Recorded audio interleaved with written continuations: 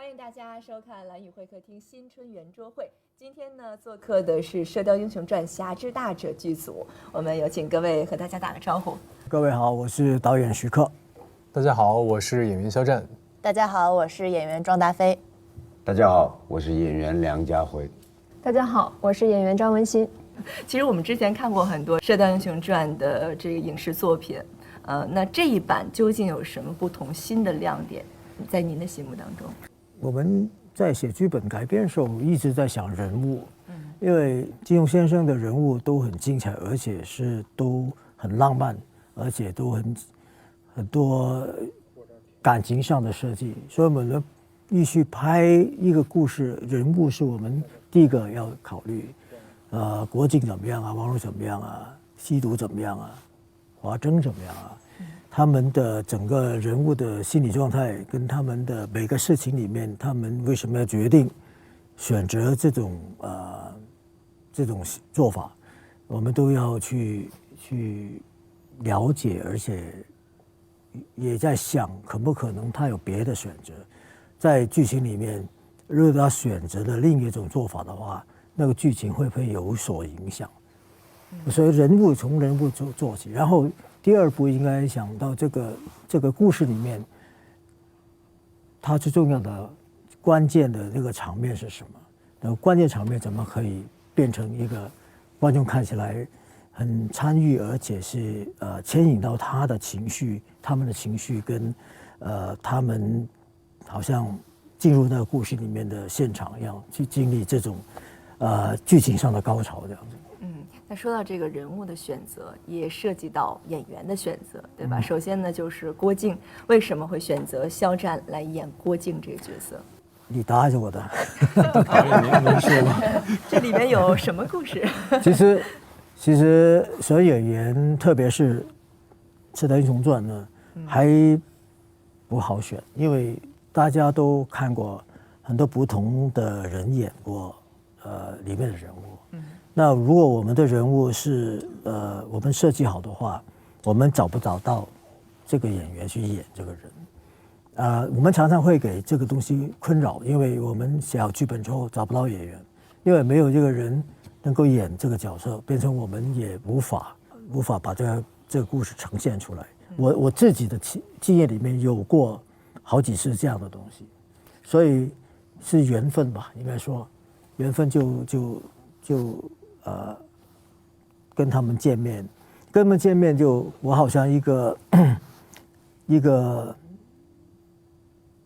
推理的探长一样去了解他们到底可不可以做到我心目中那个人。那有一半当然是有逻辑去分析，有一半其实都凭感觉。凭感觉啊，那经过很多次讨论，看到很多谈话里面，好像觉得这个是可以的，这样我们就选了他们来演这样。您还能记得，比如说哪个瞬间您觉得肖战是和郭靖这个角色特别契合的吗？对，我就什么都谈，我们基本上谈出你以前演的戏，是怎么状况，你跟导演啊、剧组啊、剧情啊怎么状况，然后有谈他对剧本的一些人物的看法，里面去找到他的触觉跟他的性格。肖战还记得第一次见导演的时候吗？记得。那个时候第一次见导演，导演问了很多问题，对，问了很多问题。其实文心可能清楚一点是吧？我对人物是有分很多层的，就是说他表面一层，里面一层。还有他不自觉的一层，还有他这个最原始的一层，跟非常他自己很陌生的他又怎么样？所以其实我们住在里面去测试里面到底这个范围里面这一块里面是什么样？那你继续讲。原来是测试，我也是今天才知道。对，我就是导演会提很多问题，比如说就像刚刚导演提到的，你的看剧本的习惯，然后包括你在剧组里面拍戏的习惯，然后你如何理解人物，如何理解单场戏，如何去做一些自己的训练啊也好，还问了一些日常的一些习惯，比如爱好啊这些之类的。对，那比如说你看剧本的习惯会是什么？我看剧本的习惯就是看这个故事的结构跟发展，然后以及能不能打动我吧。对。那当时听到这个郭靖这个角色，你会觉得有一定的压力吗？当时我如果没记错的话，是见完两次见完导演之后，然后在后面我的工作人员告诉我，然后有这个机会，我记得我当时还是不敢相信，对，觉得就是不敢相信。那导演怎么样去描述呢？这一次希望肖战呈现什么样的一个郭靖？他有没有对你有过什么样的表达？我记得我们第一次围读的时候，还是我们第一次演员跟导演见面的时候，导演跟我跟庄说希望是一个摇滚版的郭靖和黄蓉，你还记得吗？对，摇滚乐手，摇滚乐手，对，我当时想哇，哎，到底你们结果是理解成什么样？我们俩当时对视一眼，然后我说啊这样，这样，我可能我的理解是投入跟专注，还有以及全身心的投入吧，就像摇滚乐手一样，就是在舞台上尽情的释放。这可能是我后面的理解。其实这块里面有很多种说法啊。这其实，梁家辉就不用摇滚了，他已经摇滚了，他这本身就已经摇滚了，一直很摇滚。我觉得音乐人他很自我，而且他有一种投入感，因为他需要投入，他可以产生音乐，跟音乐产生关系。那我们常常会很担心的是，有些演艺人嘛，他会有太多理性的这种去分析人物，然后理性，然后他太冷静了，到最后就没法投入。可是如果你是个乐手的时候，特别是摇滚啊，你特别是会很容易情绪上就跟这个你的剧情啊、你的情绪接上啊，你是用音乐的效果去感受剧情跟他的所有剧情有关的情绪，这个我觉得是有帮助。可是这是其中一方面而已，另一方面其实我觉得很重要的是，我每次看到个乐手，他无论穿衣服也好，他走出台也好，表演也好，都有自己的风格。他的乐手绝对不会跟别的乐手一样的风格，除非他模仿他啊。除了有些人是模仿某个偶像，所以他去模仿他。可是乐手基本上就是他很独立的，他有自己一个性格。可是如果你是情绪上或者你的精神是跟这个接上的话，你会找到你自己的一种很不一样的所谓表现的方式。所以艺术是相通的。我觉得徐克导演真的是个好老师哈，他刚才这一番话真的是能够给演员很大的启发，而且一下就能够找到那个抓手，对不对？导演，您觉得肖战来说，他理性更多还是感性更多？我觉得他两边都有，可是两边都有他的一个所谓他自己在中间去怎么样去适应一些环境啊，有些环境它需要很冷静，有些环境它需要不冷静，所以我一直都很小心的去观察他们啊，特别是那他呢？他其实4个人都不一样其实还有阿露娜更不一样，所以在这个过程里面，我等于是要去了解每个人的当天的状态怎么样。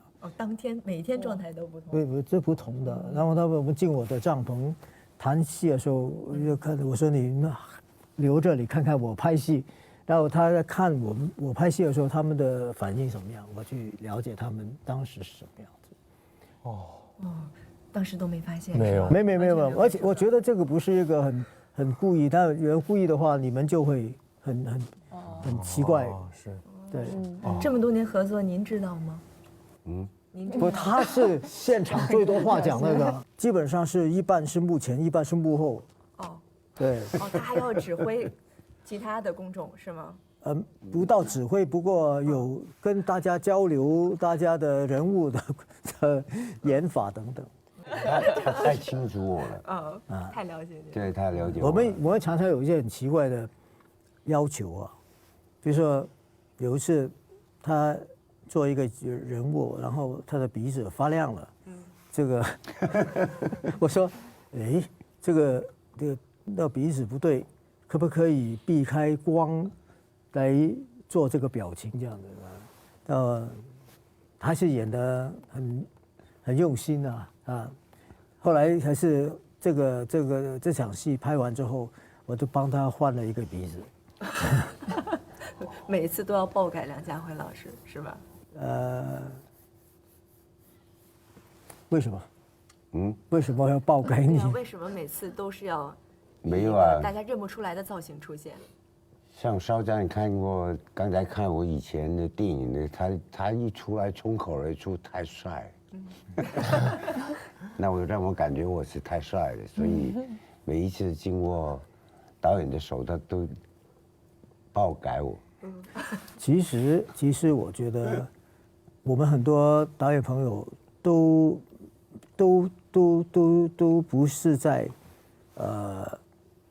演员的同一个状态里面拍戏的，都在塑造。其实你演过很多不同的角色，我们很多导演拍你也是每一次都不一样，所以这是一半是考验导演，一半是考验演员，所以这样的话，我们大家觉得演一个作品的话比较有趣一点。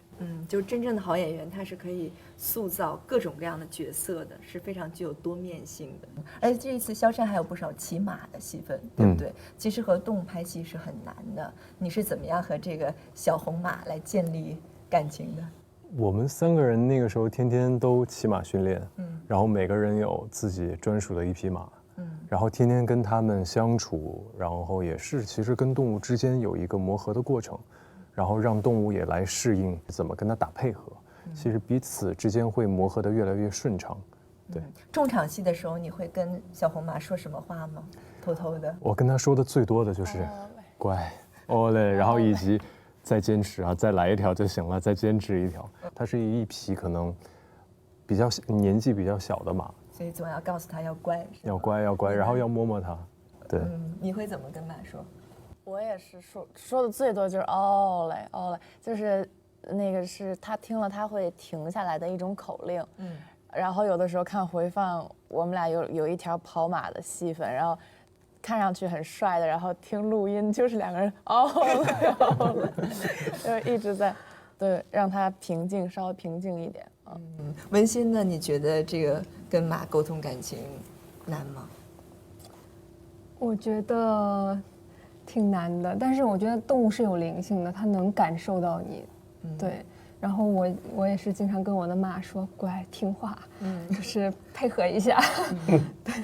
所以除了我们的演员之外，还有我们的这些马在电影当中也贡献了他们精湛的演技哈。未来徐克导演之后的作品可以给他们也上一下字幕是吧？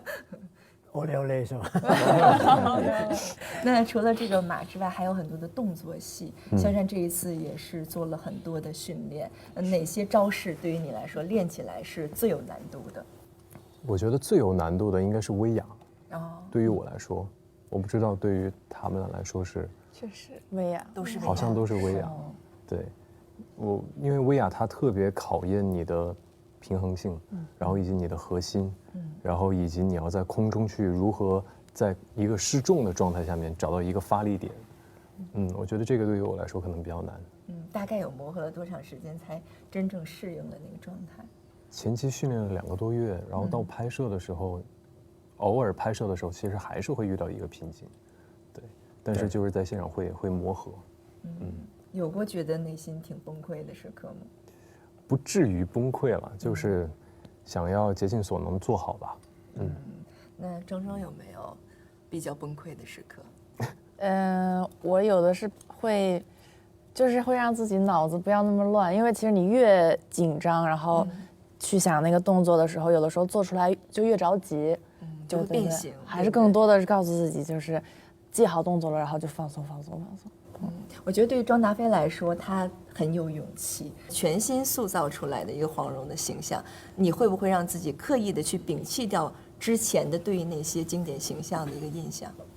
我觉得就是不能去想特别多，然后去除这个杂念吧。然后像刚刚导演也说的，我们希望我们是一个不一样的、独立的一个自己的角色的样子，然后剩下的就是紧跟导演的步伐。对，那导演对黄蓉这个角色这一次做一个什么样的改编，是您希望和原著不同的？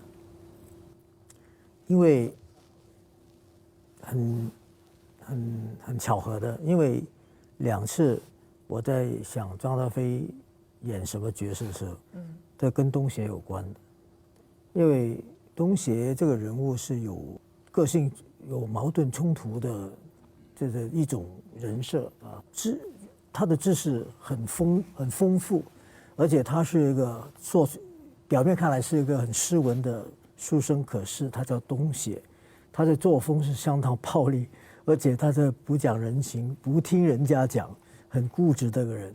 他的女儿应该是什么样的？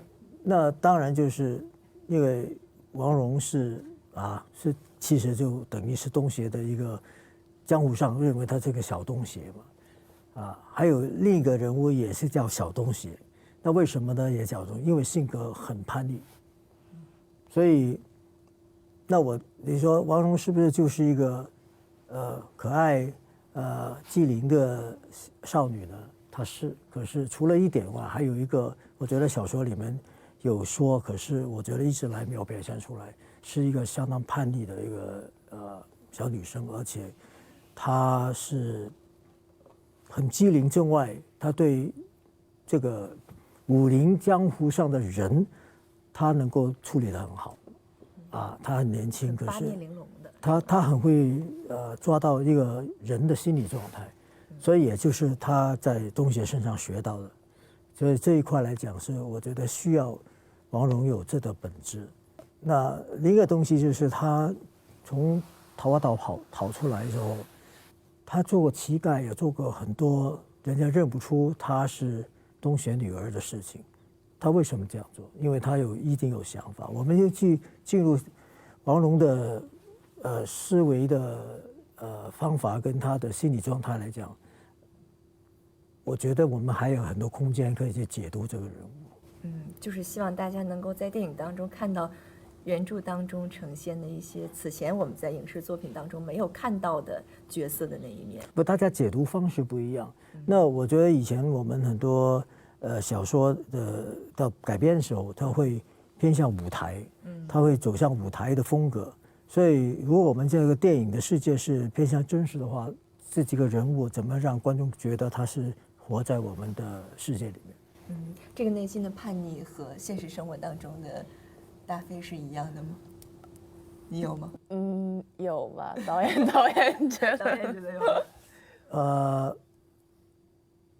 我觉得每个人都有他多要少而已。可是我觉得这2个人物，国靖跟黄蓉的最跟我们所有认识的这些主要人设的分别是，一个是面对过一个很艰苦草原长大的战争跟大自然的搏斗，跟人在大自然那种渺小性，这个国靖体验，而且他会能够想办法生存。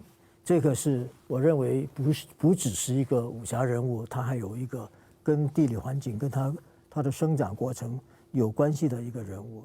那黄蓉也是，黄蓉你看她表面看来在桃花岛长大，可是她能够在外面的世界还活得相当的潇洒。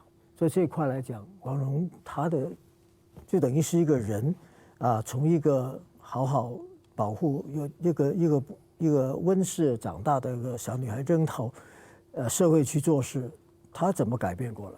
所以王蓉这个人是很比我们想象的更复杂更特别一点，我觉得，因为她能够一下子都进入江湖，而带着这个国靖哥哥去体验。那黄蓉知道多少呢？他这个体验里面多少他知道啊，就有一些猜还是这回事。我觉得就是人物可好玩的地方在这里。但是可以全方位的拿捏国境，是不是？我们其实我没有说我完全是能够去了解国境，可是我知道这个人物这样子的话，我就去做华筝一样吧。我知道华筝这样子，我怎么把华筝从这个人身上啊，从这个文心的身上去找到华筝是不是这个样子，还是还有别的可能性？就从每一个演员的身上也能够找到角色更多的可能性。可是我们也不能够讲太多，讲太多他们就开始乱了。他们就乱了。你看他其实有时候也乱的，是吧？乱过吗？乱过。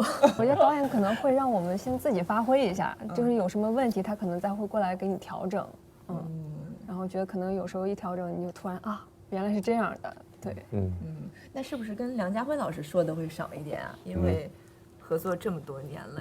不过讨论也有的，可是问题是，他比我还懂。我们试过是演过2天戏之后，重新改过，这个人物不是这样子的，啊，有试过的。我们是讨论说，哎，我发觉不是这样子的，我们是可不可以再重新把它塑造过这样子？这次欧阳锋首先在造型上就非常的颠覆，一定会让大家眼前一亮。您的那个妆造每天得多长时间啊？本妆也要超过2个小时，到后来走火入魔的时候，那个就更复杂。对，连穿件衣服都很复杂。因为那件衣服是他走火入魔以后曾经被烧过，对，所以都不能说是一件衣服。有几场戏我们是很难拍的，是他说雪山飞下来，是现在戏里面没有，不过飞下来是全裸的。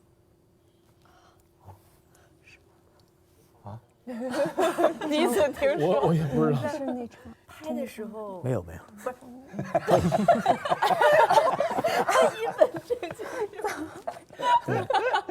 他很希望有全裸，没有。说着说着就导演的思维比较跳跃，非常跳跃。然后再跳跃。他也演过很多这种戏，是吧？没有，我觉得这就是导演的千变万化。所以他每天你跟着他的步伐的话，你会看到不少东西，学到不少东西。因为你会很自然的就跟着他思路走。比如说他刚才说了，拍了2天以后，他突然说，那个人物好像不应该是这样的，他有新的想法。那你的配合，或者是你的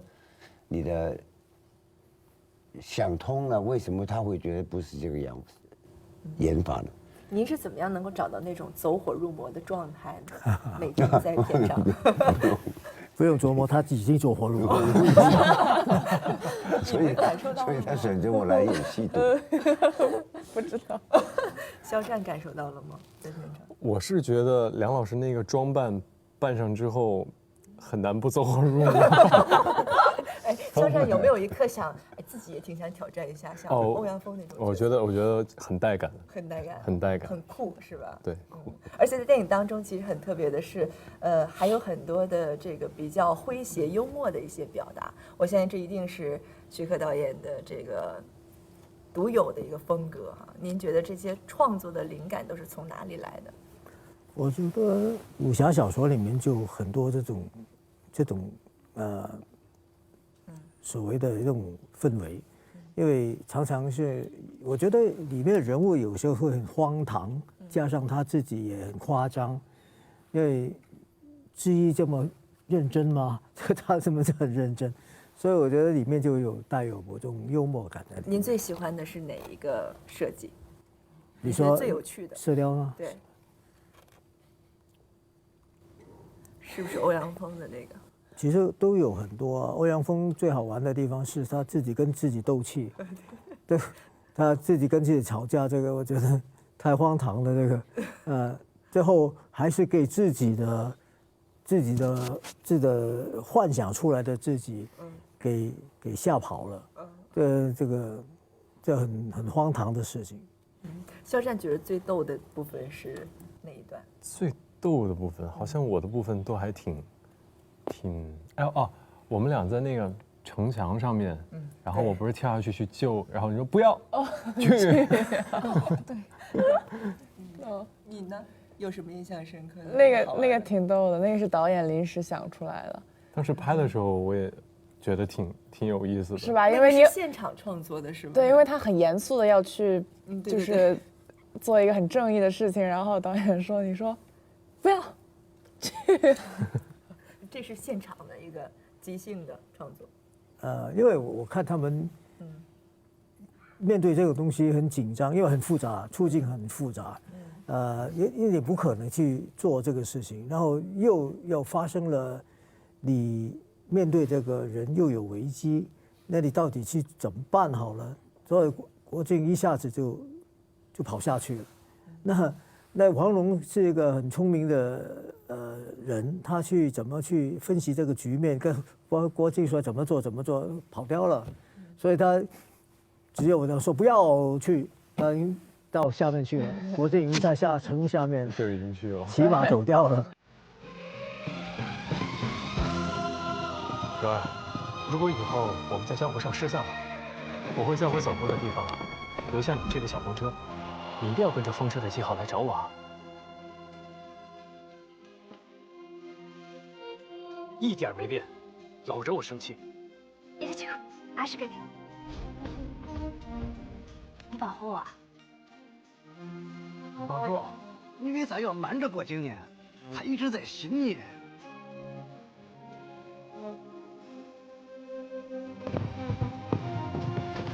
你手里拿的是什么呀？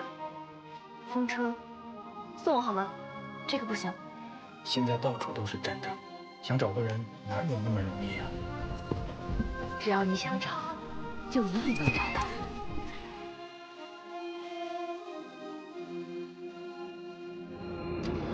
在《射雕英雄传侠之大者》剧组，每个人都尽情的完成自己的工作。那肖战这一次在郭靖身上，我相信也看到了很多他的一些品质，也对于这个人物有很多的思考。他的哪些品质是你特别想拥有的，也在现实生活当中所追逐的？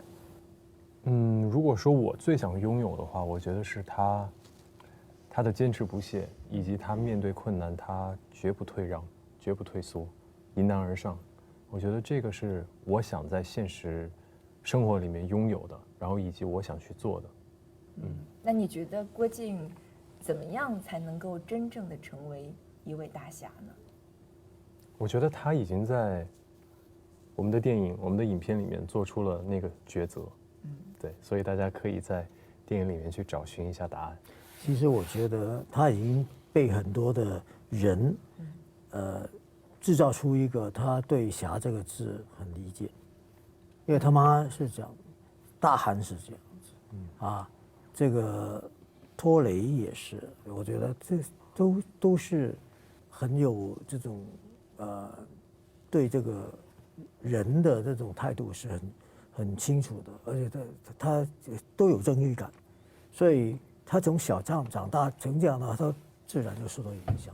可是问题是，他长大之后，他有自己的看法，然后对他就是跟他一起长大，跟他一起的一些人，他发觉他们的想法不一样，所以这个侠字还不是一个完全可以一下子相同的东西，因为每个人的侠的解读方式不一样。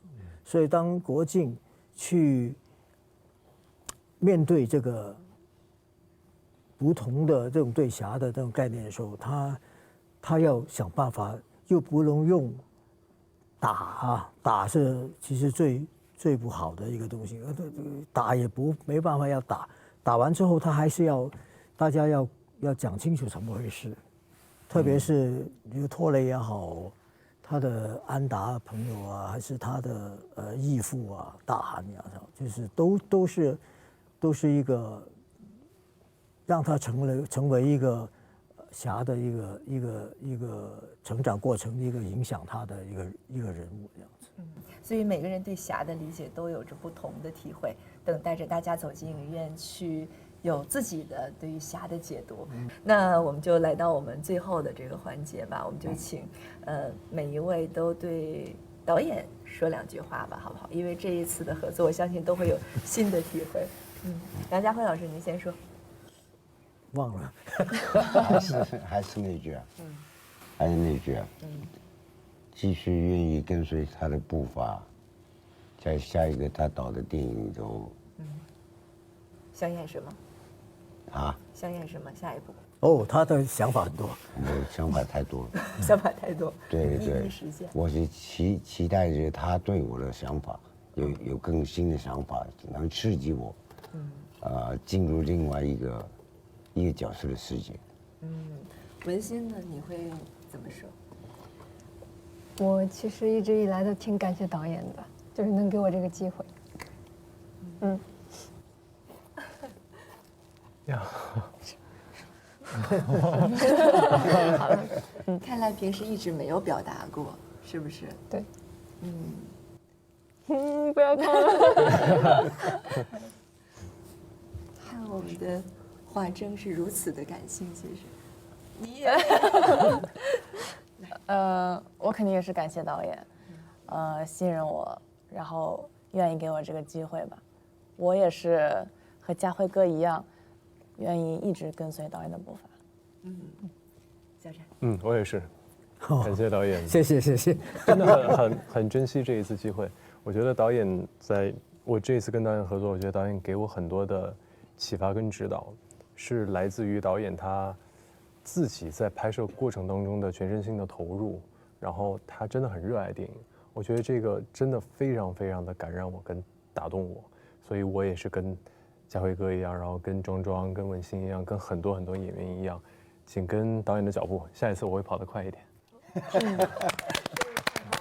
我觉得这就是徐克导演的魅力，也是他作品的魅力。希望大家大年初一之后每一天都能够持续的支持《射雕英雄传：侠之大者》，不仅自己去看，也要推荐给你的家人朋友，让更多的人走进影院去看这部我们全新的一部武侠作品。当然，也支持徐克导演的所有的电影作品，期待未来能够和各位演员有更多的合作，为大家带来更多的精彩。